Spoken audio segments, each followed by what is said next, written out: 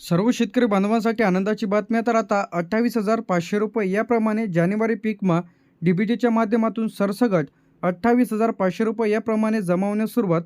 सर्व शेतकरी बांधवांसाठी आज एक आनंदाची बातमी आहे. तर आता जे की शेतकरी बांधवांच्या खात्यामध्ये पीक विम्याचे पैसे डीबीटीच्या माध्यमातून खात्यामध्ये जमा होण्यास सुरुवात झालेली आहे. तर आता काही शेतकऱ्यांना 28,500 रुपये याप्रमाणे भरपाई इथं मिळत आहे. सर्व शेतकऱ्यांना भरपाई मिळणार का तर नाही. तर आता यामध्ये तुम्हाला भरपाई जर पाहिजे असेल तर तुम्हाला तुमच्या ई पीक पाहणी, त्याचप्रमाणे यामध्ये पिकाच्या सोयाबीन, कापूस, ज्वारी, त्यानंतर तूर, मूग, उडीद अशा पिकांचा यामध्ये समावेश आहे. तर हे तुमच्या टक्केवारीनुसार इथं अवलंबून राहणार आहे. तुमचा जिल्हा, तालुका, महसूल विभाग मंडळ पीक विमा भरलेला आहे का, तर या गोष्टीवर तुमचा पीक विमा इथं निर्भर करेल. तर आता काही शेतकऱ्यांना जो काही पीक विमा इथं 3,000, 7,200, 12,000, काही काही शेतकऱ्यांना 28,500 रुपये याप्रमाणे पीक विमा इथं त्यांना मिळणार आहे. पीक विमा वेगवेगळा मिळणार. तर आता या जिल्ह्यांमध्ये जे काही पीक विमा वाटप इथं सुरू झालेलं आहे, तर हा महत्त्वाचा जो काही अपडेट इथं आलेला आहे.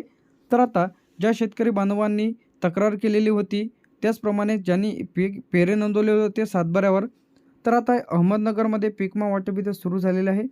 त्यानंतर जिथे आपलं पुणेमध्ये सुद्धा वाटप सुरू झालेलं आहे. सोलापूरमध्ये सुद्धा वाटप सुरू झालेलं आहे.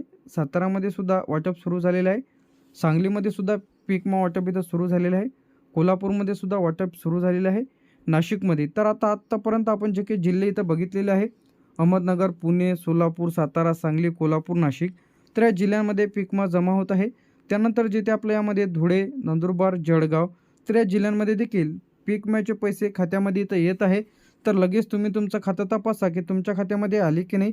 त्यानंतर जे इथे आपल्या यामध्ये धुळे जिल्हा झाल्याच्या नंतर आपल्या इथे नंदुरबार, जळगाव, छत्रपती संभाजीनगर, जालन्यामध्ये सुद्धा वाटप सुरू झालेलं आहे. बीड, परभणी, हिंगोली, नांदेड, लातूर, धाराशिव, उस्मानाबाद. तर आता ज्या ज्या शेतकऱ्यांना पीक विमा मिळालेला नसेल तर अशांनी तक्रार करा. 11447 तर हा हेल्पलाईन नंबर आहे. तर यांच्याशी तुम्ही तक्रार करा ज्या शेतकऱ्यांना पीक विमा इथं मिळालेला नसेल. त्यानंतर जिथे आपल्या यामध्ये धाराशिव, बुलढाणा आणि अकोला, तर या जिल्ह्यांमध्ये सुद्धा पैसे खात्यामध्ये इथं येत आहे. तर आता जो की सरसगट पीक विमा आहे, तर आता ज्या शेतकऱ्यांचं जास्ती नुकसान असेल तर अशा शेतकरी बांधवांच्या खात्यात पैसे इथं येणार आहे. नंतर जे ते आपल्या यामध्ये वाशिममध्ये सुद्धा वाटप सुरू झालेलं आहे. अमरावतीमध्ये सुद्धा वाटप इथं सुरू झालेलं आहे. यवतमाळमध्ये देखील वाटप सुरू झालेलं आहे. वर्ध्यामध्ये सुद्धा वाटप इथं सुरू झालेलं आहे.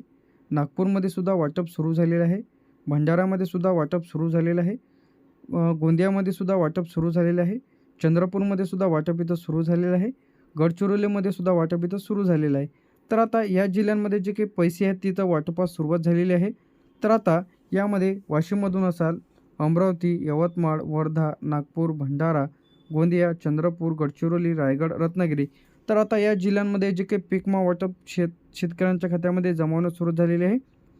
त्यानंतर जे ते आपल्या यामध्ये मुंबई शहर, मुंबई उपनगर, पालघर, ठाणे, सिंधुदुर्ग, रत्नागिरी, रायगड, गडचिरोली, चंद्रपूर आणि गोंदिया, तर या सर्व जिल्ह्यांमध्ये पीक विमा बरेच दिवसांपासून रखडलेला होता. अधिकही पीक विमा मिळालेला नव्हता. तर अशा शेतकरी बांधवांच्या खात्यामध्ये पैसे इथं येत आहे.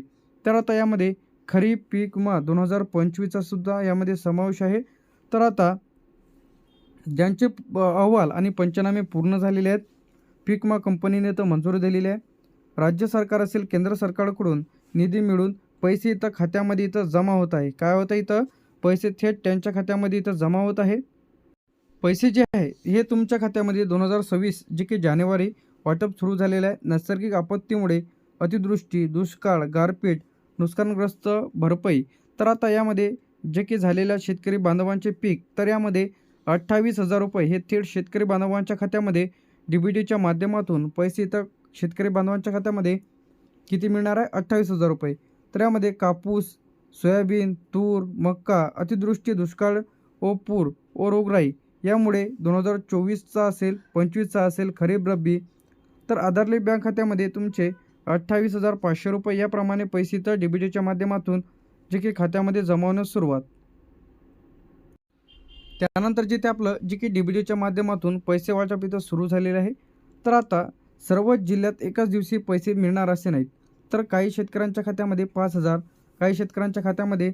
तर आता यामध्ये 17,000 रुपये जे की सरासरी इथं केली होती की सरासरी 17,000 रुपये या हेक्टरप्रमाणे पैसे मिळतील.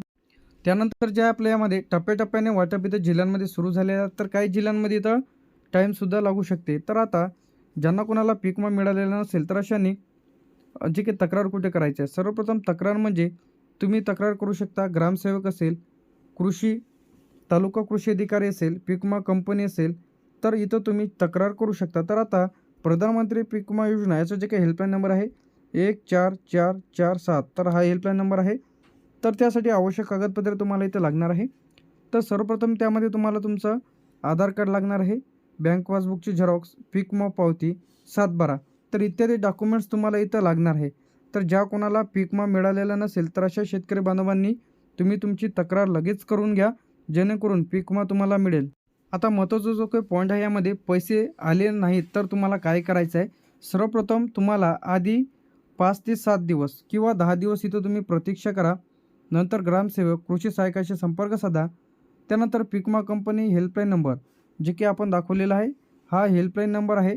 तर यांच्याशी कॉल करून सुद्धा तुम्ही तुमची पिकाची तक्रार करू शकता. तर आता यामध्ये जे काही पीक आहे तर यामध्ये सोयाबीन असेल, काय असेल, सोयाबीन, कापूस, मका, ज्वारी, तूर, उडीद, मूग, भात, ज्वारी, तर अशा पिकांचा यामध्ये समावेश आहे.